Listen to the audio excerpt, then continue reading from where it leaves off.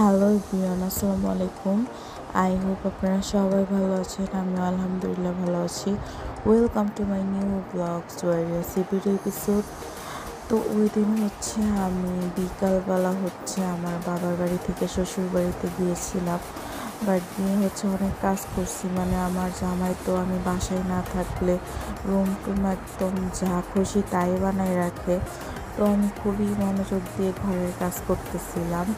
এই মুহূর্তে আমার ভাবি ঠিক 9টার দিকে ফোন দিয়েছে, ভিডিও কল দিয়ে সে দেখাচ্ছে তারা বিবিকিউ প্রিপারেশন নিতেছে। আমি তো দেখে পুরা হ্যাঁ, আমাকে রেখে এগুলি করা হচ্ছে। তো আমাকে ফোন দেওয়ার আগে নাকি আমার জামাইকে ফোন দিছে। তো ভাবির ফোন রাখতে না রাখতে সেও ফোন দিছে, দিয়ে বলে তাড়াতাড়ি রেডি হও, তোমাদের বাসায় যাবো, বারবিকিউ নাকি করবে। তো যাই হোক, তো তাড়াতাড়ি করে আমার অবস্থা তো একজন যাতা ছিল, কারণ আমি ঘরের অনেক কাজ করছি। তো গোসল টোসল করে রেডি হয়ে বের হয়ে আসলাম। আয়সা তো দেখে একদম জমকালো আয়োজন, মানে সাডেনলি প্ল্যান। হঠাৎ করে আমার ভাইয়া মুরগি কিনে আনছে, আর আমাদের ছাদে বারবিকিউর মেশিন ফিট করা আছে, অ্যান্ড মাটির চুলা ফিট করে রাখছে।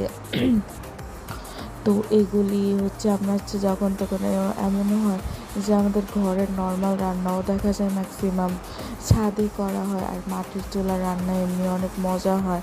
আর আমার ভাইয়া বারবিকিউর কাজে একদম এক্সপার্ট বলা চলে। তো মানে আমাদের বেকারি থেকে তন্দুল রেডি করে আনছে, আর তন্দুলগুলি খুবই মজা ছিল। আর সাথে ভাবি এগুলি সব মশলা টশলা ম্যারিনেট করছে, আর ভাইয়া এখানে বারবিকিউ করছে। তো তন্দুলগুলি গরম করা হইতেছে। তো যাই হোক, এখানে অনেক কিছু রেডি করা হইতেছে।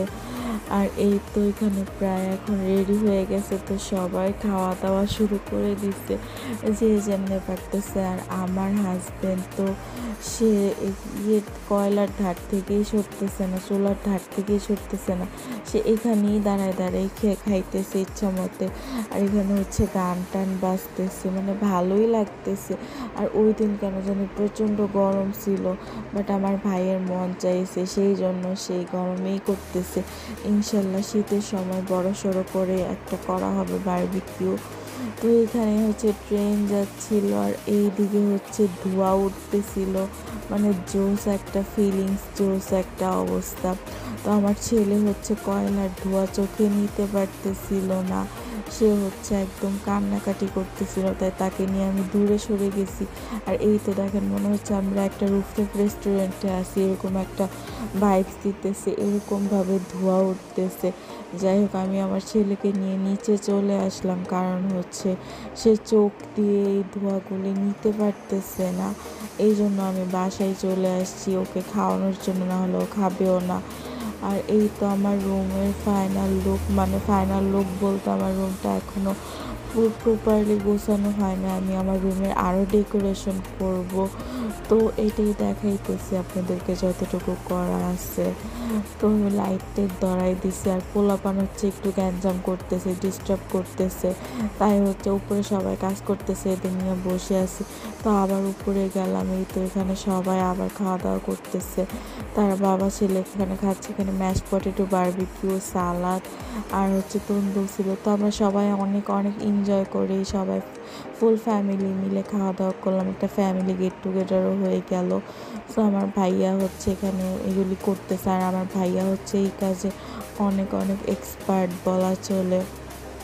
আর আমি একটু ভাবসাব ধরছি আর কি, ওইখানে দাঁড়ায় ছবি ভিডিও করছি, আমি কোনো কাজই করি নাই, আমি জাস্ট দেখছি। আর পোলাপানের পিছনে আমার কাজ ছিল, মানে সবাই যে যার মতো ব্যস্ত ছিল, আর সব পোলাপান আমার কাছে দিয়ে তারপর লাস্ট ফিনিশিং দিলাম চা দিয়ে। সবাই মিলে এখানে চা খেলাম, মাটির চুলায় চা করছে, চাটা অনেক মজাই হয়েছিল।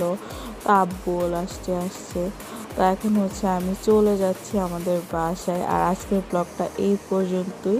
সবাই ভালো থাকবেন, সুস্থ থাকবেন, আল্লাহ হাফেজ। আবার নেক্সট কোনো ব্লগে দেখা হবে। আর ব্লগগুলি ভালো লাগলে অবশ্যই লাইক